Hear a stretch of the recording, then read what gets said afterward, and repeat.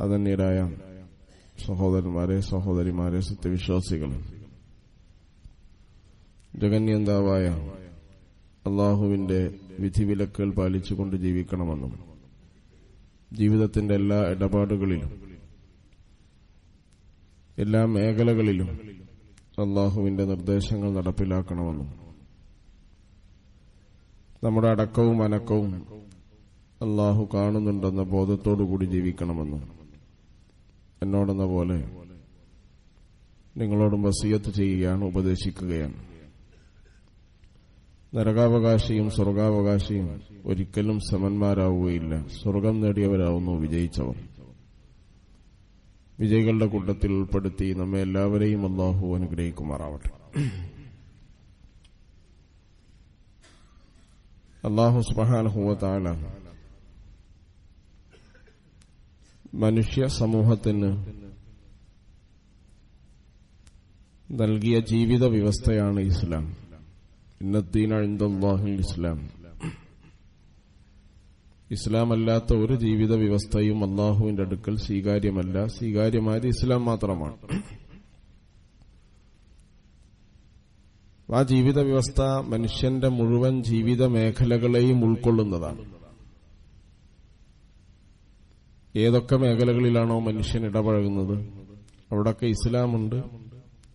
ഇസ്ലാമിന്റെ കൽപ്പനകളും നിർദ്ദേശങ്ങളും വിലക്കുകളും ശാസനകളും ഇല്ലാത്ത ജീവിതത്തിന്റെ ഒരു മേഖലയില്ല.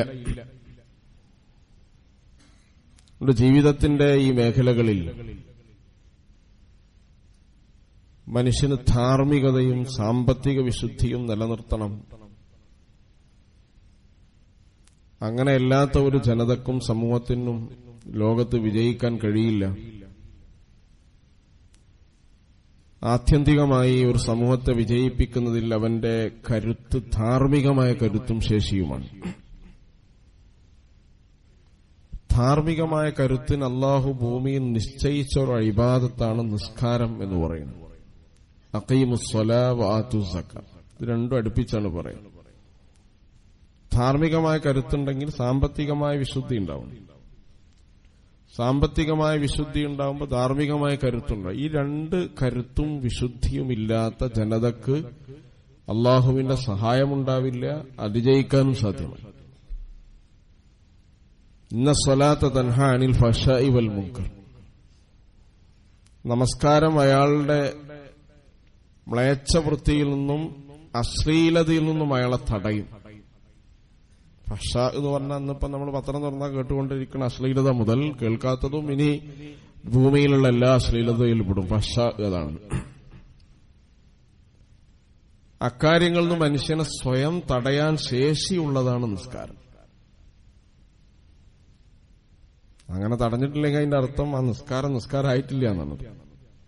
പള്ളിന്റെ ഗേറ്റ് കടന്നു പോയിട്ട് കച്ചവടത്തിൽ പൂഴ്ത്തിവെപ്പും അമിതലാഭവും കൊള്ളലാഭവും ഇല്ലാത്ത ഗുണമുണ്ട് എന്ന് കച്ചവടത്തിന്റെ ചരക്കിനൊരാൾ പറഞ്ഞാൽ അയാൾ നിസ്കരിച്ച നിസ്കാരം ശരിയായില്ല. നിസ്കാരം പള്ളിന്റെ ഉള്ളിലുള്ള കർമ്മല്ല, പുറത്തേക്ക് അതിന്റെ ഇമ്പാക്ട് ഉണ്ട്, സ്വാധീനമുണ്ട്. അതിലൊരു ഭാഗമാണ് ഇന്ന സ്വലാത്ത തൻഹാ അനിൽ ഫഹ്ശാഇ വൽ മുൻകർ. റസൂൽ സല്ലല്ലാഹു അലൈഹി വസല്ലമയുടെ അടുത്ത് ഒരാൾ വന്നിട്ട് ചോദിച്ചു, നബിയെ, ജാഅ റജുലുൻ ഇല നബി സല്ലല്ലാഹു അലൈഹി വസല്ലം ഫഖാല യാ റസൂലല്ലാഹ് അല്ലിംനി വഔജിസ്. എനിക്കൊരു ഉപദേശം തരാം, ചുരുങ്ങിയ ഉപദേശം തരാം. അല്ലിംനി, എന്നെ പഠിപ്പിക്കുക ചില കാര്യങ്ങൾ.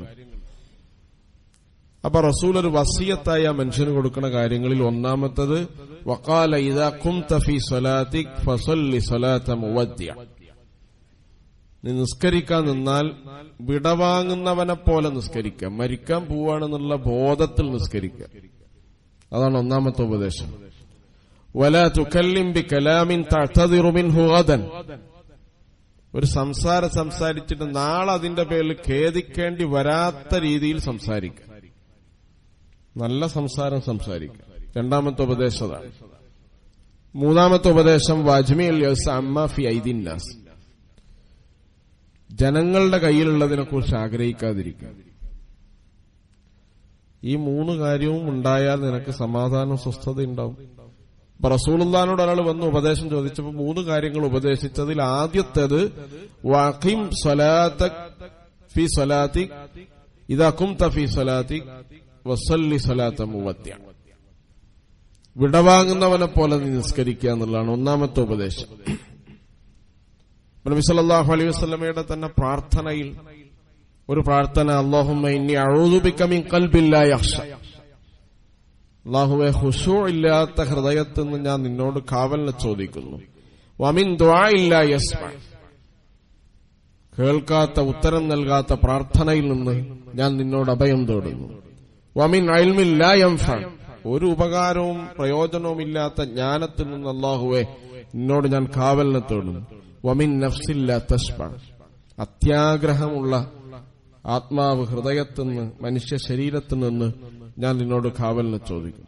അഊദു ബിക മിൻ ഹൗലാഇൽ അർബഅ. ഈ 4 കാര്യങ്ങളിൽ നിന്നും അല്ലാഹുവേ നിന്നോട് ഞാൻ കാവലിനെ ചോദിക്കും. അതിലൊന്നാമത് മിൻ ഖൽബിൻ ലാ യഖ്ശ. ഖുശൂ ഇല്ലാത്ത ഹൃദയം. റസൂൽ സല്ലല്ലാഹു അലൈഹി വസല്ലമയുടെ ഹദീസ് തന്നെ കാണാൻ കഴിയും. ആദ്യം അല്ലാഹു ഭൂമിയിൽ നിന്ന് ഉയർത്തപ്പെടുന്ന അവ്വലു ശൈഇൻ യർഫഉ മിൻ ഹാദിഹിൽ ഉമ്മ അൽ ഖുശൂ. ഈ ഉമ്മത്തിൽ നിന്ന് അല്ലാഹു ആദ്യം എടുത്തു കളയുന്ന മൂല്യം ഖുശൂ ആയിരിക്കുമെന്ന് റസൂലുള്ളാഹി സ്വല്ലല്ലാഹു അലൈഹി. അവസാനം നഷ്ടപ്പെടാം. അബൂ ഹുദൈഫ റളിയല്ലാഹു അൻഹുവിന്റെ അദ്ദേഹത്തിന്റെ സംസാരമായി അദ്ദേഹം പറയുന്നുണ്ട്, അവസാനം നഷ്ടപ്പെടാൻ നമസ്കാരമായിരിക്കും. നിസ്കാരം ഉണ്ടാവും, പക്ഷെ ഖുശൂ ഉണ്ടാവും. നിസ്കാരം അവസാനം വരെ സമുദായം നിലനിർത്തും, പക്ഷേ അതിൽ ഖുശൂ ആദ്യം തന്നെ പോയിട്ടുണ്ടാവും. ഇപ്പൊ ഖുശൂ എന്ന് പറയുന്നത് നിസ്കാരത്തെ നിസ്കാരമാക്കുന്ന ഏറ്റവും പ്രധാനപ്പെട്ട ഘടകമാണ്. അല്ലാമ ഇബ്നുൽ ഖയ്യിം റഹിമഹുല്ലാഹ് പറയാണ്, 6 കാര്യങ്ങൾ നിങ്ങൾ ശ്രദ്ധിക്കുക, നിങ്ങളുടെ നമസ്കാരത്തിൽ ഖുശൂ ഉണ്ടാവും. അതിലൊന്നാമത്തെ കാര്യം എന്ന് പറയുന്നത് നിസ്കാരം സ്വന്തം ആവശ്യമായി നിർവഹിക്കുക. എന്റെ ഒരു കാര്യമായിട്ട് ഞാൻ ചെയ്യാം, വേറെ ആരെങ്കിലും കാണാനോ? എത്ര തിരക്കുള്ള കച്ചവടക്കാരനായാലും ഡോക്ടറായാലും ഏത് വലിയ ബിസിനസ്സുകാരനായാലും എന്ത് വലിയ തിരക്കുള്ള പൊതുപ്രവർത്തകനായാലും നിസ്കാരം അതിന്റെ സമയത്ത് സ്വന്തം ആവശ്യമായി നിർവഹിക്കും. എല്ലാം കഴിഞ്ഞിട്ട് നിർവഹിക്കലല്ല. കാരണം നിസ്കാരം അങ്ങനെ ഒരു നിസ്കാരമില്ല.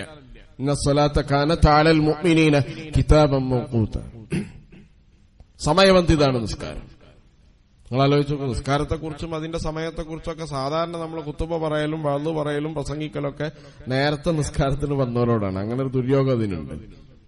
അബ്ദുൽ ഖാദിർ ജീലാനി പറയുന്നുണ്ട്, നിങ്ങൾ 5000 ആളുകളോട് ഉപദേശിക്കുക, അത് 5 ലക്ഷം ആളുകളിലേക്ക്. കാരണം ഒരാൾക്ക് ഇത്ര ഇരട്ടി ആളുകളെ സ്വാധീനിക്കാൻ കഴിയുമെന്നാണ് പറയുന്നത്. ഇവിടെ നിസ്കാരത്തെക്കുറിച്ചും പള്ളിയിൽ നേരത്തെ വരുന്നതിനെ കുറിച്ചും നമ്മൾ ആരോടാണ് സാധാരണ പറയാറ്? നേരത്തെ വന്ന ആളുകളോടാണ്. അപ്പൊ നിസ്കാരത്തിന്റെ ഏറ്റവും പ്രധാനപ്പെട്ട ഭാഗം എന്ന് പറയുന്നത് നിസ്കാരം സ്വന്തം കാര്യമായി എടുക്കണം. വേറെന്തെങ്കിലും സമ്മർദ്ദത്തിന്റെയോ വേറെ ആരെങ്കിലും കാണിക്കാനോ വേറെ ആരുകളുടെയും പ്രശംസ പിടിച്ചു പറ്റാനോ ഉള്ള ഒരു കർമ്മമല്ല നിസ്കാരം. തന്റെ സ്വന്തം കാര്യമായി, സ്വന്തം ഒരു കർത്തവ്യമായി നിസ്കാരത്തെ ഏറ്റെടുക്കുക എന്നുള്ളത് വളരെ പ്രധാനപ്പെട്ട ഒന്നാണ്. രണ്ടാമത്തത്, നിസ്കാരത്തിലുള്ള സമയം നിസ്കാരത്തിന് വേണ്ടി മാത്രം നീക്കിവെക്കുക. ആകെ 5 മിനിറ്റ് അല്ലെങ്കിൽ 10 മിനിറ്റ് മാക്സിമം പോയാൽ ആ സമയം നിസ്കാരത്തിനുള്ള സമയം. ബാക്കി അതിന്റെ മുമ്പും ശേഷമുള്ള സമയങ്ങളെ പോലെയുള്ള സമയമല്ല നിസ്കാരത്തിന്റെ സമയം എന്ന് പറയുന്നത്.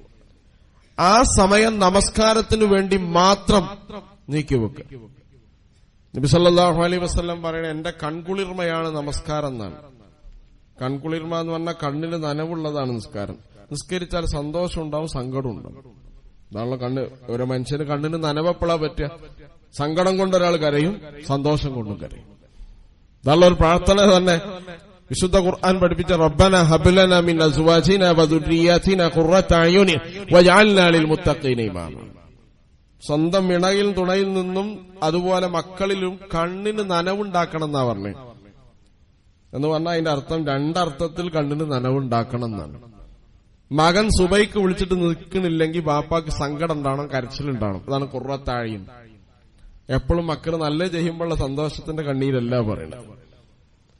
ബാപ്പാന്റെ മുമ്പ് മകൻ വന്നിട്ട് സുബൈക്ക് 1ാമത്തെ സഫിൽ എത്തുണ്ടെങ്കിൽ അതിലും നിങ്ങൾക്ക് സന്തോഷത്തിന്റെ കണ്ണീരുണ്ടാവണം. ഇതിനാണ് രണ്ടിലും കണ്ണീരുണ്ടാവണം. കണ്ണിന് നനവുണ്ടാക്കണം എന്നാണല്ലോ പ്രാർത്ഥന. ഖുർറത അയുൻ. ഭർത്താവ് നിസ്കരിക്കണില്ല, അങ്ങനത്തെ ഒരാളാണെങ്കിൽ ഭാര്യക്ക് സങ്കടമുണ്ടാവണം. നിസ്കരിക്കുന്ന ആളാണ്, സന്തോഷമുണ്ടാവണം. അങ്ങനെ നമ്മളെ ഖുർറത്താഴികളുണ്ടാവാൻ. ആ പ്രാർത്ഥനയുടെ വിശാലാർത്ഥങ്ങളിൽ ഞാനതിപ്പോ വിശദീകരിക്കണല്ല. അപ്പൊ യഥാർത്ഥത്തിൽ കണ്ണിന് സമയം, നിസ്കാരത്തിന്റെ സമയം അതിനു മാത്രം നീക്കിവെക്കുക.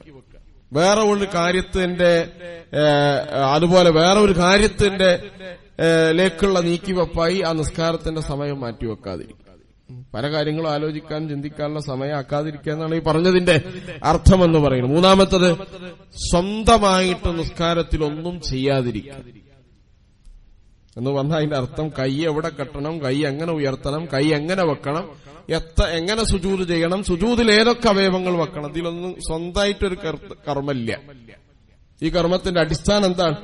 സല്ലൂ കമാ റഅയ്തുമൂനി ഉസല്ലി, ഞാൻ നിസ്കരിച്ചതുപോലെ നിങ്ങൾ നിസ്കരിക്കുക. നമ്മളെ വക ഒന്നും കൂട്ടാൻ പറ്റില്ല. ഏതായാലും ഞാൻ സുബഹിക്ക് ഇടങ്ങാറായി എഴുന്നേറ്റാണ് ഈ മഴത്തും തണുപ്പത്തൊക്കെ, അതുകൊണ്ട് ഇപ്പോഴെന്തിനാണ് ഒരു 4 കൂടെ? അത് പറ്റില്ല. മറ്റേ ളുഹറിന് കച്ചവടത്തിന്റെ ഇടയിൽ നിന്ന് തിരക്കിൽ ഓടിപ്പാഞ്ഞു വന്നാണ്. അപ്പൊ 2 പോരെ, അത് പാടില്ല. അപ്പൊ 4 വേണം, മറ്റപ്പോ 2 പറ്റുള്ളൂ. ഒന്നും എക്സ്ട്രാ നമുക്ക് ചെയ്യാൻ പറ്റൂല. വിവാദത്തിന്റെ ഏതോ വിവാദത്തിന്റെ അടിസ്ഥാനം എന്താണ്? ഒന്നും ചേർക്കാതിരിക്കുക എന്നുള്ളതാണ്. പറഞ്ഞത് മാത്രം ചെയ്യാന്നുള്ള വിവാദത്തിന്റെ അടിസ്ഥാനം അതാണ്. സല്ലൂ കമാ റഅയ്തുമൂനി ഉസല്ലി. ഇപ്പൊ കൈ ഒരാള് എപ്പോഴൊക്കെ ഉയർത്തണം, എപ്പോ ഉയർത്താൻ പാടില്ല. സുജൂദിലേക്ക് പോകുമ്പോ എന്താണ് ആദ്യം വെക്കേണ്ടത്? ഏതൊക്കെ അവയവങ്ങൾ നിലത്ത് മുട്ടണം, റുക്കൂ എങ്ങനെ ചെയ്യണം, റുക്കൂയിൽ എങ്ങനെ എഴുന്നേൽക്കണം, ഇതിലൊന്നും സ്വന്തമായിട്ടൊരു കർമ്മമില്ല. ആ കർമ്മങ്ങളൊക്കെ നേരത്തെ പഠിപ്പിച്ചതാണ്. ആ കർമ്മങ്ങൾ അതുപോലെ ചെയ്യൽ നിസ്കാരത്തിന്റെ ഖുശൂഇന്റെ ഏറ്റവും പ്രധാനപ്പെട്ട ഘടകമാണ്. നിസ്കാരത്തിൽ ഭക്തി ഉണ്ടാവാനുള്ള പ്രധാനപ്പെട്ട ഘടകം. വേറെ നമ്മൾ അനക്കോ ചലനോ വർത്തമാനോ സംസാരം ഒന്നും അതിൽ പാടില്ല. അപ്പൊ അതിലുള്ള കർമ്മങ്ങൾ സ്വന്തം നിലക്ക് ചെയ്യാതിരിക്കുക, പഠിപ്പിക്കപ്പെട്ടതുപോലെ ചെയ്യാം. നാലാമത്തത്, ഇഹ്സാനിന്റെ ബോധം ഉണ്ടാവുക. ഇഹ്സാനിന്റെ ബോധം എന്താണ്? അൻ തഅബുദല്ലാഹ കഅന്നക തറാ വഇൻ ലം തകുൻ തറാഹു ഫഇന്നഹു യറാക. ഒരു കർമ്മം ചെയ്യുമ്പോൾ പടച്ചോനെ ഞാൻ കാണുന്നു എന്നതുപോലെ ചെയ്യാം. നീ കണ്ടിട്ടില്ലെങ്കിലും അല്ലാഹു നിന്നെ കാണുന്നു എന്ന ബോധമാണ് ഇഹ്സാൻ എന്ന ബോധം. ആ ബോധത്തിന്റെ അടിസ്ഥാനം പടച്ചോനെ കാണുന്നു എന്നുള്ളതാണ് ആദ്യത്തെ. രണ്ടാമത്തെ എല്ലാവർക്കും സംഭവിക്കണം. ആദ്യത്തെ ബോധം അൻ തഅബുദല്ലാഹ കഅന്നക തറാ, നീ അല്ലാഹനെ കാണുന്നത് പോലെ ചെയ്യാം. അതിനാണ് ഏറ്റവും പെർഫെക്ഷൻ എന്ന് പറയും. മറ്റതെല്ലപ്പോഴും എല്ലാവർക്കും സംഭവിക്കണം. വഇൻ ലം തകുൻ തറാ ഫഇന്നഹു യറാ. പറഞ്ഞാലും ഇല്ലെങ്കിലും എന്തായാലും സംഭവിക്കും. പടച്ചോൻ നമ്മളെ കാണും. പക്ഷെ നമ്മൾ പടച്ചോനെ കാണുന്നത് പോലെ ഒരു കർമ്മം ചെയ്യുമ്പോഴാണ് അത് ഇഹ്സാൻ ഉണ്ടാവുക. നമസ്കാരം നിർവഹിക്കേണ്ടത് ഇഹ്സാനോടുകൂടിയാണ്. അപ്പൊ അങ്ങനെ ആവുമ്പോഴാണ് അതിൽ ഖുശൂ ഉണ്ടാവുക. നിസ്കാരത്തിൽ ഏറ്റവും പ്രധാനപ്പെട്ട ഭാഗമാണ് ഖുശൂഓടുകൂടി, ഇഹ്സാനോടുകൂടി നിർവഹിക്കും. എല്ലാ കർമ്മവും അങ്ങനെയാണ് നിർവഹിക്കേണ്ടത്. നിസ്കാരം എന്താണ്? മുനാജാത്ത്, അല്ലാഹുമായുള്ള സംസാരമാണ്. ഇതിൽ ഓരോ വാക്കുകൾ എടുത്തു നോക്കിയാൽ റബ്ബായിട്ട് നമ്മൾ ചോദിക്കാണ്, പറയാണ്. റബ്ബ് തിരിച്ചതിൽ പറയുന്നുണ്ട്. റസൂൽ സല്ലല്ലാഹു അലൈഹി വസല്ലം പറഞ്ഞിട്ടുണ്ട്, നിസ്കരിക്കാൻ ഒരു അടിമ നിന്നാൽ പിന്നെ അല്ലാഹു സുബ്ഹാനഹു വ തആല ആ അടിമ നിൽക്കുന്ന സമയത്ത് അല്ലാഹു സുബ്ഹാനഹു വ തആലയും അദ്ദേഹത്തിന് അഭിമുഖമായി നിൽക്കും. അതിന് അല്പം ശ്രദ്ധ തെറ്റിയാൽ അല്ലാഹു തല തിരിച്ചു കളയും എന്ന് പറഞ്ഞാൽ അയാളെ മെയിൻറ്റെയിൻ ചെയ്യാതെ ഒഴിവാക്കി കളയും. അപ്പൊ അള്ളാഹുവിന്റെ മുന്നിലാണെന്ന ബോധത്തിൽ നമ്മൾ ഉണ്ടാവും. മറ്റൊന്ന്, നിസ്കാരത്തിൽ അള്ളാഹു ആണ് എല്ലാം എന്ന വിചാരം ഉണ്ടാവുക. ഒന്ന് അള്ള കാണുന്നു എന്നുള്ള ബോധമുണ്ടാവുക. അല്ലല്ലാത്ത ഒന്നിലും പ്രതീക്ഷയില്ലാതിരിക്കുകയും അള്ളാഹു അല്ലാത്ത ഒന്നിലും നമ്മൾ സമർപ്പിക്കാതിരിക്കുകയും അള്ളാഹുവിനല്ലാത്ത ഒന്നിനും നമ്മൾ വഴങ്ങാതിരിക്കുകയും ചെയ്യാം. ഞാൻ ഇപ്പൊ നിലത്ത് നെറ്റി മുട്ടിക്കണത് വേറൊരാളുടെ മുന്നിൽ അത് ചെയ്യില്ല. വേറെ ഒരാളുടെ മുന്നിൽ എന്റെ ശിരസ് താഴില്ല. വേറെ ഒരാളുടെ മുന്നിൽ ഞാൻ കുനിയില്ല. ഇത് അള്ളാന്റെ മുന്നിൽ മാത്രം ചെയ്യുന്ന ഒരു ഏർപ്പാടാണ്. ആ ഏർപ്പാട് ജീവിതത്തിൽ എപ്പോഴും അള്ളാഹുവിന്റെ മുന്നിലേ അത് ചെയ്യൂ. അള്ളാഹ്ക്ക് മാത്രമേ വഴങ്ങൂ, അള്ളാഹ്ക്ക് മാത്രമേ വിധേയപ്പെടൂ, അള്ളാഹുവിനെ മാത്രമേ അനുസരിക്കൂ. ബാക്കിയുള്ള എല്ലാം അള്ളാഹുവിന്റെ അനുസരണത്തിന് അതിന്റോട് താരതമ്യം ചെയ്തുകൊണ്ടാണ്. നമ്മൾ വേറൊരാളെ അനുസരിക്കണം. എന്തുകൊണ്ടാണ്?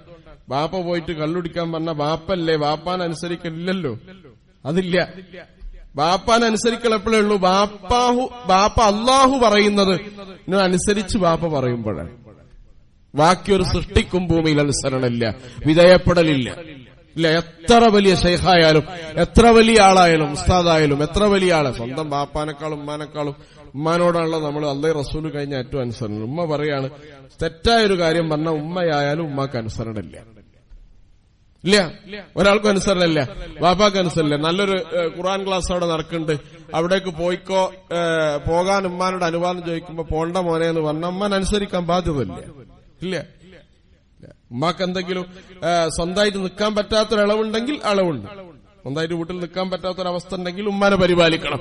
അതല്ലാതെ ഭൗതികമായൊരു ആവശ്യം അവർക്കില്ലാതെ വെറുതെ ഒരു നല്ല കാര്യത്തിന് ഉമ്മയും ബാപ്പയും വലിക്കാലും ഉമ്മാക്കും ബാപ്പാക്കും അനുസരണമല്ല. അനുസരണം വിധേയത്വം ആർക്കാണ്? അള്ളാഹുവിന് മാത്രമാണ്. നമ്മൾ വേറെ ആളെ അനുസരിക്കുന്നതും ആ വിധേയത്വത്തിനനുസൃതമായിട്ട് മാത്രമാണ്. ആ ബോധം ഏറ്റവും കൂടുതൽ ഊട്ടിയുറപ്പിക്കുന്ന ഒരു കർമ്മമാണ് അസ്സലാ. ഏത് കർമ്മത്തിനും അള്ള ഇളവ് നൽകിയിട്ടുണ്ട്. ഏത് കർമ്മത്തിനും അള്ള ഇളവ് നൽകിയിട്ടുണ്ട്. ഹജ്ജിലെ ഒരുവിധ എല്ലാ വാജിബുകളും നിങ്ങൾ എടുത്തു നോക്കൂ. സമയം തെറ്റി, ദിവസം തെറ്റി, ഒരു കുഴപ്പമില്ല, അതിന് നിങ്ങൾ നഷ്ടപരിഹാരം കൊടുത്താൽ മതി. ളുഹർ ഒഴിവായിട്ട് നിങ്ങൾ 40 റക്അത്ത് വേറെ നിസ്കരിച്ചിട്ട് കാര്യമില്ല. ഇല്ല, അതുകൊണ്ട് കർമ്മങ്ങൾ യാത്രക്കാരനൊരളവ് കൊടുത്തിട്ടുണ്ട്. നിങ്ങൾ കിടന്ന കിടപ്പിൽ കിടക്കുകയാണ്, എഴുന്നേൽക്കാൻ സാധ്യമല്ല, നിസ്കാരത്തിന് ഒഴിവില്ല. ഇല്ല, നിങ്ങൾക്ക് നിങ്ങളുടെ ശാരീരികമായ ആവശ്യങ്ങൾ നിർവഹിക്കാൻ ബുദ്ധിമുട്ടുള്ള സമയത്തും നിസ്കാരം ഫർദ് തന്നെയാണ്. നിസ്കാരം ഫർദാണ്. അപ്പൊ ആ നിസ്കാരത്തിന്റെ അത്ര പ്രത്യേകത ഉണ്ട്. ഞാൻ അതിന്റെ വിശദാംശങ്ങളിലേക്കല്ല പോകുന്നത്. അള്ളാഹു എന്ന വിചാരം വർദ്ധിപ്പിക്കുക. അതുപോലെ തന്നെ നമുക്കറിയാം, നമ്മള് നമസ്കാരത്തിൽ ഏറ്റവും കൂടുതൽ ശ്രദ്ധ, അതിലേറ്റവും പ്രധാനപ്പെട്ടാണ് സുജൂദിന്റെ സ്ഥാനത്തേക്ക് നോക്കുക. ശ്രദ്ധ ഉണ്ടാവണമെന്ന് പറഞ്ഞിട്ട് കാര്യമില്ലല്ലോ, ഒരു കോൺസെൻട്രേഷൻ വേണം. ഖുശൂ ഉണ്ടാവാനുള്ള ഏറ്റവും പ്രധാനപ്പെട്ട ഭാഗം നിങ്ങൾ സുജൂദിന്റെ ഭാഗത്തേക്ക് തന്നെ നിങ്ങളുടെ ശ്രദ്ധ കേന്ദ്രീകരിക്കുക എന്നതാണ്. അങ്ങനെ ശ്രദ്ധിക്കുക. നിസ്കാരത്തിലുള്ള ശ്രദ്ധ വളരെ പ്രധാനപ്പെട്ടാണ്. ആ ശ്രദ്ധ ഉണ്ടാവാൻ ഒരു കാര്യം കൂടി അദ്ദേഹം പറയുന്നു, നമസ്കാരത്തിൽ എന്താണ് പറയുന്നത് ചെയ്യുന്നത് എന്ന ബോധമുണ്ടാവുക. ഫാത്തിഹ അങ്ങനെ ഓതുണ്ട്, എന്താണ് ഫാത്തിഹ അറിയില്ല. ദിക്റുകളും ദുആകളും തസ്ബീഹുകളും അതിൽ നടത്തുന്നുണ്ട്, അതിന്റെ അർത്ഥമൊന്നും അറിയില്ല, പഠിച്ചിട്ടില്ല. അപ്പൊ അത് ചെയ്യുന്നത് എന്താണ്? അൽഹംദുലില്ലാഹി റബ്ബിൽ ആലമീൻ ഹമദനി അബ്ദി. നിസ്കാരത്തിൽ അൽഹംദുലില്ലാഹി റബ്ബിൽ ആലമീൻ ഫാത്തിഹ പറഞ്ഞാൽ ആകാശത്ത് നിന്ന് അല്ലാഹു വിളിച്ചു പറയും, ഹമദനി റബ്ബി, എന്റെ റബ്ബ് എന്നെ വാഴ്ത്താൻ തുടങ്ങി. ഓരോന്നിനും മറുപടി ഇങ്ങോട്ട് തരും അല്ലാഹു സുബ്ഹാനഹു വ തആല. അപ്പോ ഇഹ്ദിനസ് സിറാത്തൽ മുസ്തഖീം, ഞാൻ എല്ലാ സമയത്തും അള്ളാഹിനോട് ഇത് ചോദിക്കുന്നുണ്ട്, ഇത് ചോദിക്കുകയാണെന്നുള്ള ബോധമുണ്ടാവുക. അപ്പൊ നമസ്കാരത്തിൽ നിങ്ങൾ ആലോചിച്ച് നോക്കൂ, പഴയ സലഫുസ് സാലിഹീങ്ങളൊക്കെ ആളുകള് വെള്ളിയാഴ്ച ജുമാക്ക് വേണ്ടി അവർ ഒരുങ്ങും എന്ന് പറയാറുണ്ട്. ജുമാക്ക് വേണ്ടി ഒരുങ്ങി വരുമ്പോ നേരം വൈകൂല. നേരം വൈകണം എന്തുകൊണ്ടാണ്? ഒരുക്കം കുറവായതുകൊണ്ടാണ്. നേരം വൈകി വരുന്ന ഒരാൾക്ക് ഭക്തിയും കുറവായിരിക്കും. കാരണം അയാൾ എത്തിപ്പെട്ടതാണ്, അയാൾ ഒരുപാട് ഇടപാടിന്റെ ഇടയിൽ വന്ന് ചാടിയതാണ്. ജുമാക്ക് വേണ്ടി വന്നതൊന്നല്ല. അങ്ങനെ നിങ്ങൾ നമസ്കാരത്തിന്റെ ഏറ്റവും വലിയ പ്രത്യേകത, ഭക്തിയുടെ ഏറ്റവും ഉണ്ടാവാനുള്ള ഏറ്റവും പ്രധാനപ്പെട്ട കാരണം ഒരുക്കം തന്നെയാണ്, നിസ്കാരത്തിന് വേണ്ടി. അതുകൊണ്ടാണ് സലഫുസ് സാലിഹി റസൂൽ സല്ലല്ലാഹു അലൈഹി വസല്ലം തന്നെ പറഞ്ഞില്ലേ, ഉളു എടുത്ത് നീ പള്ളിയിലേക്ക് വരണം. അങ്ങനെ നീ പള്ളിയിലേക്ക് പുറപ്പെട്ടാൽ നീ ചവിട്ടുന്ന ഓരോ കാലടിപ്പാടിനും പാപമോചനമുണ്ടെന്ന് റസൂലുള്ളാഹി സ്വല്ലല്ലാഹു അലൈഹി വസല്ലം. അതുകൊണ്ട് പള്ളിയിലുള്ള ഉളുവിന്റെ സൗകര്യം എന്താന്ന് ചോദിച്ചാൽ വളരെ അത്യാവശ്യക്കാരുള്ള സൗകര്യമാണ് പള്ളിയിൽ ഉളുവിന്റെ സൗകര്യം. യഥാർത്ഥത്തിൽ ഒരു മനുഷ്യൻ എന്താണ് ചെയ്യേണ്ടത്? കാരണം അത് ഒരുക്കത്തിന്റെ ഭാഗമാണ്. കാരണം അവിടെ നിന്ന് വീട്ടിൽ നിന്ന് ഉളു എടുത്ത് വരുമ്പോൾ തന്നെ പള്ളിയിലേക്കാണെന്നുള്ള ബോധം മനുഷ്യനുണ്ടാവും. ആ ബോധത്തിന് വേണ്ടിയാണ് നേരത്തെ ഉളു എടുത്ത് വരിക. അപ്പൊ ഈ ഒരുക്കമില്ലാത്തതിന്റെ പ്രധാനം. അതുകൊണ്ട് നബി സല്ലല്ലാഹു അലൈഹി വസല്ലം പറയും, വേറൊരാവശ്യത്തിന്റെ ഇടയിൽ നിസ്കാരത്തിൽ നീ കയറാൻ പാടില്ല. വിശന്ന് നിൽക്കുന്ന ഭക്ഷണം അവിടെ ഉണ്ട്, അപ്പൊ നിസ്കരിച്ചിട്ട് ഭക്ഷണം കഴിക്കുക, അതില്ല. ഭക്ഷണം കഴിച്ചിട്ട് നിസ്കരിക്കുക. അപ്പൊ 1-2 റക്അത്തൊക്കെ പോകും, ജമാഅത്ത് പോയിക്കോട്ടെ. ഇല്ലെങ്കിൽ എന്താണ്? 4 റക്അത്തിൽ അയാൾ ഭക്ഷണത്തെക്കുറിച്ചാണ് ആലോചിക്കുക. ഭക്ഷണത്തെക്കുറിച്ചാണ് ആലോചിക്കുക. മലമൂത്ര വിസർജനത്തിന് ഒരാൾ മുട്ടി നിൽക്കുന്ന സമയത്ത് അയാൾ നിസ്കാരത്തിൽ പ്രവേശിക്കരുത്. റസൂലുള്ളാഹി പഠിപ്പിച്ചതാണ്. നിസ്കാരത്തിൽ ശ്രദ്ധ തെറ്റിക്കുന്ന ഒരു പരിപാടിയും പാടില്ല. ഇവിടെ ഇമാമും ജമാഅത്ത് നടക്കുന്ന സമയത്ത് ഒരാള് ഓടിക്കരച്ചു വരുമ്പോ അയാളുടെ ബൂട്ടിന്റെ ഷൂവിന്റെ ശബ്ദം കൊണ്ട് ഒരാളുടെ ശ്രദ്ധ തെറ്റാൻ പാടില്ല. അതുകൊണ്ട് നിങ്ങൾ പള്ളിയിലേക്ക് ഓടി വരരുത് എന്ന് റസൂലുള്ളാഹി പഠിപ്പിച്ചിട്ടുണ്ട്. കാരണം അത്രയും സൂക്ഷ്മതയിലാണ്. നമ്മൾ ഒരു നിസ്കാരം ഇവിടെ നടക്കുന്ന സമയത്ത് 3-4 വൈകിട്ട് ഓടി വരുമ്പോ അയാളെ ഷൂവിന്റെയും ചെരുപ്പിന്റെയും പടപട ശബ്ദം കേട്ടിട്ട് ഒരാളുടെ നിസ്കാരത്തിന്റെ കോൺസെൻട്രേഷൻ പോയാൽ അതിന് ഇയാൾ ഉത്തരവാദിയാണ്. മൊബൈൽ അടിക്കാൻ പാടില്ല. മൊബൈൽ അടിച്ചിട്ട് നിങ്ങൾ ആലോചിച്ച് നോക്കൂ, നിങ്ങൾക്ക് മെല്ലെ അത് സൈലന്റ് ആക്കാം. നിസ്കാരത്തിൽ നിങ്ങൾ കോടതിയിൽ ഒരാളെയും മൊബൈൽ അടിക്കൂലല്ലോ. അടിച്ച ഫൈനാണ് കൊടുക്കും. 1000 രൂപ 500 രൂപ അപ്പ ഫൈൻ എടുക്കും. അതുകൊണ്ട് കോടതിയിൽ എത്ര മനുഷ്യന്മാർ തിങ്ങി നിറഞ്ഞു നിൽക്കുന്നുണ്ട്, ആരുടെയും മൊബൈൽ റിങ് ചെയ്യില്ല. ഇവിടെ എന്തിനാ അത് റിങ് ചെയ്യണേ? നിങ്ങൾ ഇങ്ങോട്ട് വന്നിട്ടില്ല, വന്നത് എത്തിപ്പെട്ടതാണ്. ഇതിനുവേണ്ടി ഒരുങ്ങിയിട്ടില്ല. ഒരുങ്ങുമ്പോ സൈലന്റ് ആവും, സ്വിച്ച് ഓഫ് ആവും. കാരണം ഇതിനു വേണ്ടിയാണ് എന്ന ബോധമുണ്ടാവും. അതുകൊണ്ടാണ് അങ്ങനെ ഒരു മനുഷ്യന്റെ റിങ് ചെയ്തിട്ട് ഈ ഹാളിലുള്ള മുഴുവൻ ആളുകളുടെ നിസ്കാരത്തിന്റെ ശ്രദ്ധ പോകും. എത്രത്തോളം ശ്രദ്ധ പോകാൻ പാടില്ല എന്ന് നബി സല്ലല്ലാഹു അലൈഹി വസല്ലം പറഞ്ഞു. വൈകി വരുന്ന ഒരാൾ ശബ്ദമില്ലാതെ പതുക്കെ പള്ളിയിലേക്ക് വരിക. കാരണം നിസ്കരിക്കുന്ന ആളുകൾക്ക് നിങ്ങളുടെ ശബ്ദം അലോസരം. ധൃതി കാണിക്കരുത്. നിസ്കാരം മസ്ബൂക്കായി കോഴിക്കോട്ടെ അതിനേക്കാൾ കൂടുതൽ ആളുകളുടെ നമസ്കാരം നഷ്ടപ്പെടുത്തുന്നതിനേക്കാൾ നല്ലത് അതന്നെ. മൊബൈലിന്റെ കാര്യം പറയാനില്ല. അതുകൊണ്ട് നിങ്ങൾ ആലോചിച്ച് നോക്കേണ്ടത്, നമസ്കാരത്തിലേക്ക് പ്രവേശിച്ചാൽ മൊബൈൽ റിങ് ചെയ്തു എന്ന് വെച്ചാൽ അത് ഓഫ് ചെയ്യുക. അത് ഓഫ് ചെയ്യണമെങ്കിൽ നിസ്കാരത്തിൽ അല്പം നമ്മുടെ കർമ്മങ്ങളോ മറ്റൊക്കെ ഉണ്ടെങ്കിൽ ആ നിസ്കാരം മുറിച്ചിട്ട് എന്താ ഓഫ് ചെയ്തിട്ട് നിസ്കാരത്തിൽ അതങ്ങനെ റിങ് ചെയ്തുകൊണ്ടിരിക്കുകയാണ്. എത്ര ആളുകളുടെ നിസ്കാരമാണ് അതുവഴി നമ്മൾ നഷ്ടപ്പെട്ടു. അപ്പൊ നമ്മള് നിസ്കാരത്തിൽ ഒരാൾ പ്രവേശിക്കുമ്പോ അവിടുന്ന് ഉറക്ക ഖുർആൻ ഓതാൻ പാടില്ല. ഖുർആനാണ് നല്ല കാര്യമാണ്. ഇവിടെ ഉറക്കം ചെയ്യരുത്, ഖുർആൻ പാരായണം ചെയ്യരുത്. അപ്പൊ നമസ്കാരത്തിലെ ഖുശൂഇന് തടസ്സമാവുന്ന കാര്യങ്ങൾ ചെയ്യാതിരിക്കൽ വളരെ പ്രധാനപ്പെട്ട ഘടകമാണ്. അതുകൊണ്ട് നമസ്കാരത്തിലേക്കാണെന്നുള്ള ബോധവും അതിലേക്കുള്ള പ്രവേശിക്കാനുള്ള രീതിയും മനുഷ്യൻ സ്വീകരിക്കുക എന്ന് പറയുന്നത് നിസ്കാരം സ്വീകാര്യമാക്കുന്നതിന്റെ ഏറ്റവും പ്രധാനപ്പെട്ട ഘടകമാണ്. നബി സല്ലല്ലാഹു അലൈഹി വസല്ലം നമസ്കാരത്തിന്റെ കാര്യത്തിൽ വളരെ സ്ട്രിക്റ്റ് ആയിട്ട് പറഞ്ഞിട്ടുള്ളത് ലാ തഅകുലു മഅ താരിഖി സ്വലാ. നിസ്കാരം ഒഴിവാക്കുന്ന ആളുടെ കൂടെ ഇരുന്ന് ഭക്ഷണം നീ കഴിക്കരുത്. ഭക്ഷണം താഴെ പോയാൽ ചെളി കളഞ്ഞ് ഭക്ഷിക്കുന്നവനാണ് മുഹമ്മദ് മുസ്തഫ സല്ലല്ലാഹു അലൈഹി വസല്ലം. കോളാമ്പി എന്നൊക്കെ സൂചി കൊണ്ട് നബി എടുത്ത് കഴുകി വൃത്തിയാക്കി ഭക്ഷിച്ചിരുന്നു നമ്മൾ പഠിച്ചിട്ടുണ്ട്. പക്ഷെ നിസ്കരിക്കാത്ത ഒരാൾ കഴിച്ച പാത്രത്തിൽ നബി ഭക്ഷണം കഴിക്കാറുണ്ടായിരുന്നില്ല. നബി വിസമ്മതിച്ചിരുന്നു. അതിന്റെ കാരണം എന്താ? നിലത്തുപോയ വറ്റിൽ ബർക്കത്തുണ്ട്, വറ്റിൽ ബർക്കത്തില്ല. ഭക്ഷണത്തിൽ ബർക്കത്തുണ്ടല്ലോ. ഭക്ഷണം വിശപ്പ് മാറ്റുന്ന ഒരു ഘടകമല്ല വിശ്വാസിക്ക്. ഭക്ഷണം എന്താണ്? ബർക്കത്തിന്റെ ഘടകം. ബർക്കത്ത് ഭക്ഷണത്തിൽ നഷ്ടപ്പെട്ട് കഴിഞ്ഞാൽ പിന്നെ എത്ര നല്ല ഭക്ഷണം കഴിച്ചിട്ട് കാര്യമില്ല, ഇല്ല. അപ്പൊ ബർക്കത്തുണ്ടാവില്ല. നിസ്കാരം ഒഴിവാക്കുന്ന ആള് കഴിച്ച പ്ലേറ്റിലല്ല കൂടെ ഇരുന്ന് ഭക്ഷണം കഴിക്കുന്നതും സലഫു സാലിഹീങ്ങൾ വെറുത്തിരുന്നു. സ്വന്തം മകൻ നിസ്കരിക്കാത്ത ആളാണെങ്കിൽ അവന്റെ കൂടെ ഇരുന്ന് ഭക്ഷണം കഴിക്കരുത്. വളരെ ഗൗരവമുള്ള കാര്യമാണല്ലോ അത്. അതുകൊണ്ടാണ് അങ്ങനെ പറയുന്നത്. വിശ്വാസിയല്ലാത്ത ഒരാൾ അയാൾ വീട്ടിലേക്ക് വിളിച്ചാൽ നമുക്ക് പോകാം, ഭക്ഷണം കഴിക്കാം, അതിനൊന്നും കുഴപ്പമില്ല. വിശ്വാസി ആയ ആളുടെ കാര്യമാണ് പറയുന്നത്. അപ്പൊ അത്രയും പ്രാധാന്യം അതിനുണ്ട്. നിസ്കാരം കുഫറിന്റെയും ഇസ്ലാമിന്റെയും ഇടയിലുള്ള മതിലാണ് നിസ്കാരം. അതില്ലാതായാൽ ഇത് രണ്ടും തമ്മിലുള്ള വ്യത്യാസം എന്ത് ചെയ്തു? നഷ്ടപ്പെട്ടുവെന്ന് റസൂലുള്ളാഹി സ്വല്ലല്ലാഹു അലൈഹി വസല്ലം. അസ്സലാത്തു ഇമാദുദ്ദീൻ. നിസ്കാരം എന്ന് പറയുന്നത് ഇതിന്റെ തൂണാണ്. ഇത് പൊളിച്ചു കളഞ്ഞു. അപ്പൊ മുസ്ലിം ഉമ്മത്തിന്റെ ധാർമ്മികമായ ശക്തിയുടെ അടിസ്ഥാനം നിസ്കാരം. അത് എത്ര കുറയണോ അത്ര ധാർമ്മികമായ കരുത്തി സമുദായത്തിന്റെ ചോരും. സമുദായത്തിൽ ചോരുന്നതിന്റെ അടിസ്ഥാനം എന്താണ്? ഇതിലാവില്ല. പള്ളിയിൽ ആളുകൾ വരാത്തതിന്റെ കുഴപ്പമില്ലല്ലോ. മുന്നേ പഴയ എന്റെ മുമ്പിലുള്ള വയസ്സായ ആളുകളോട് ചോദിച്ചു നോക്കിയാൽ മുമ്പത്തെക്കാൾ പള്ളിയിൽ ആളുകൾ കൂടുതലാണ്. പണ്ടൊക്കെ ജുമാ തുടങ്ങാൻ ആളുകള് പലയിടത്തും ആളുകൾ പിടിച്ചു കൊടുത്തിട്ട് ജുമാ നടത്തിയിരുന്നതാണ്. അങ്ങനെയുള്ള ആവശ്യം ഏത് പള്ളിയിലുണ്ട്, ഏത് വക്തിനും ആളുകളുണ്ട്. ഇവിടെ നിസ്കാരത്തിന്റെ കോലത്തിലാക്കാനുള്ള ശ്രമം വളരെ കുറവാണ്. വളരെ കുറവാണ്. അതിൽ ജാഗ്രതയോടുകൂടി നമ്മൾ നിർവഹിക്കേണ്ട ഏറ്റവും പ്രധാനപ്പെട്ട ഒരു കർമ്മമാണ്. അതുകൊണ്ടാണ് റസൂലുള്ളാഹി പഠിപ്പിച്ചത് സ്വലാത്ത മുവദ്ദിഅ.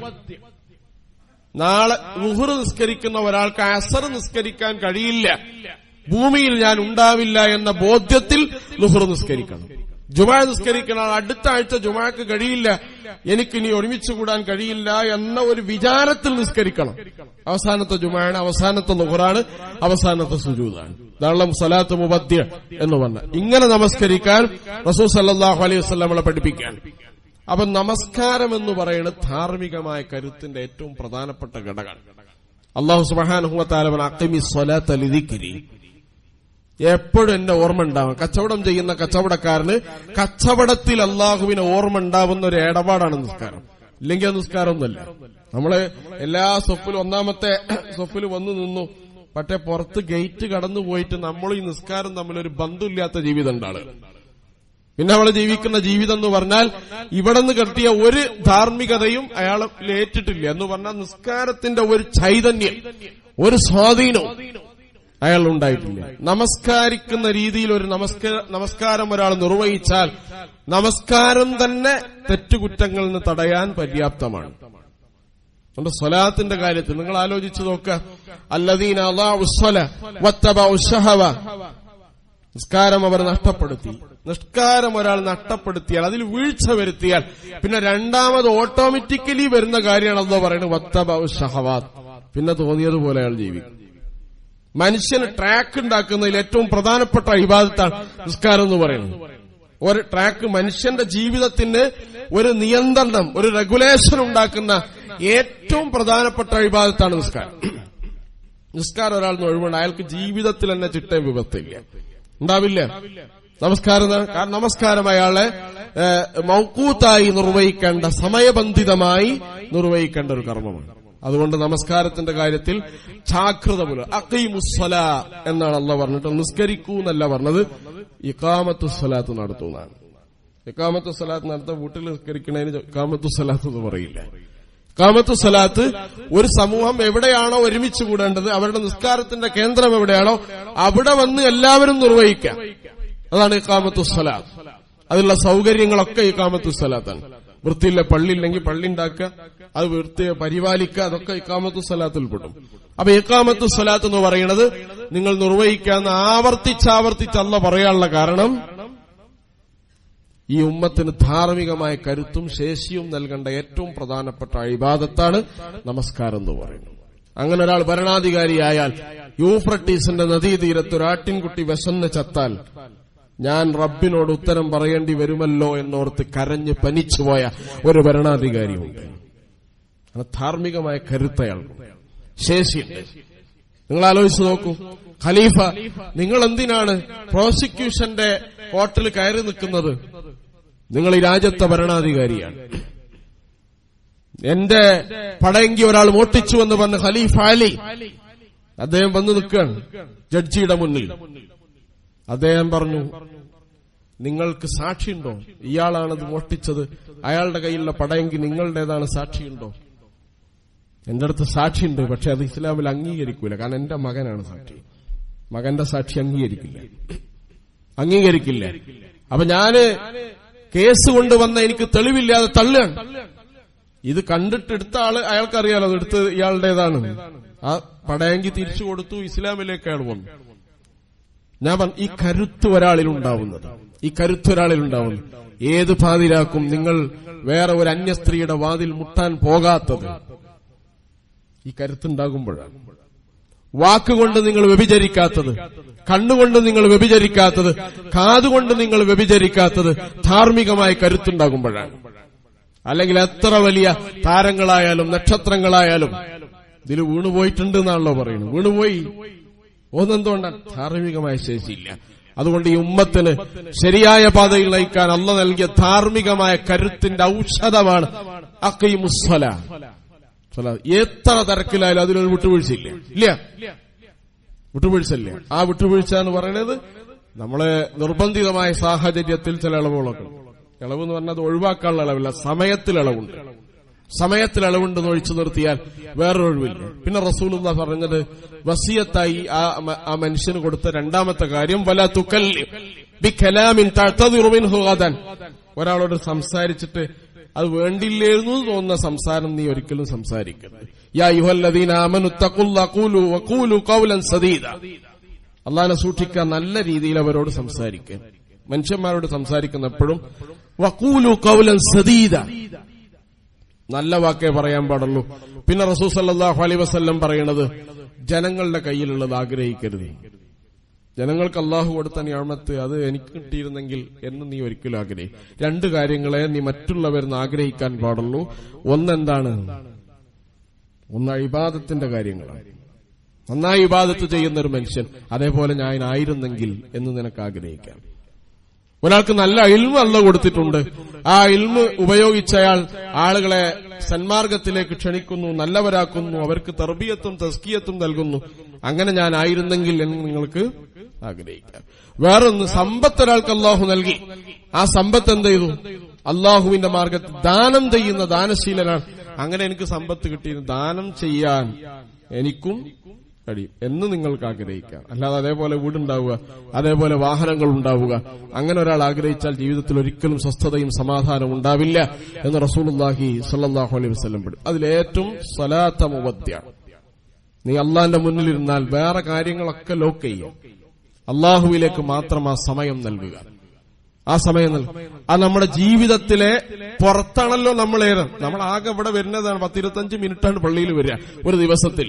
ബാക്കി 24 മണിക്കൂർ 23 മണിക്കൂർ നമ്മൾ മറ്റു ഇടപാടുകളിലാണ്.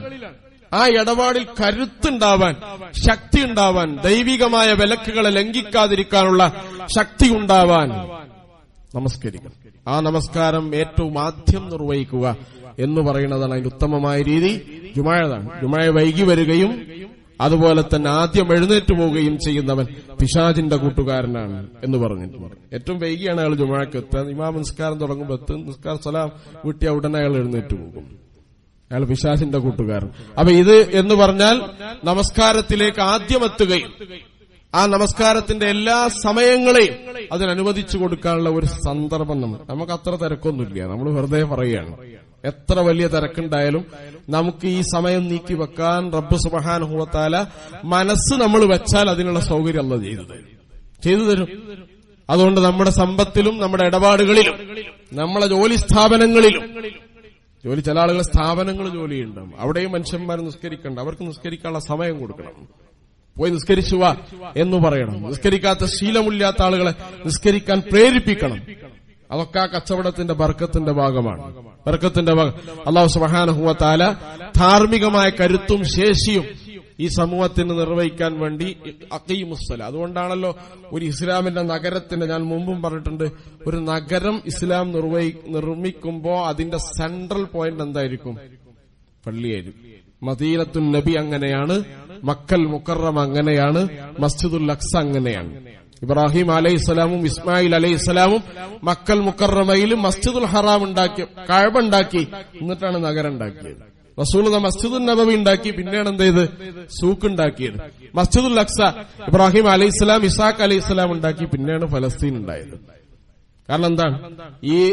ഇതിനെ കേന്ദ്രീകരിച്ചാണ് ആ ഉമ്മത്തിന്റെ ചലനങ്ങളും അടക്കങ്ങളും എന്ന് അല്ലാഹു തീരുമാനിച്ചിട്ടുണ്ട്. അതിൽ നമ്മൾ എത്ര കൊതറുന്നോ അത്രയും വിദൂരത്തേക്ക് ദൈവികമായ സരണിയിൽ നിന്നും സംസ്കാരത്തിൽ നിന്നും നമ്മൾ മാറിപ്പോകും. ജഗന്യന്താവ് അവന്റെ ഏറ്റവും പ്രധാനപ്പെട്ട നമുക്ക് അള്ളാഹുവിനോട് സംസാരിക്കാൻ ഭൂമിയിൽ അള്ളാഹു അനുമതി തന്ന ഒരു ഇബാദത്താണ് നിസ്കാരം. അതതിന്റെ തികവോടും മികവോടും നിർവഹിക്കാൻ ജഗന്യന്താവ് നമുക്ക് എല്ലാവർക്കും തൗഫീഖ് നൽകി അനുഗ്രഹിക്കുമാറാവട്ടെ.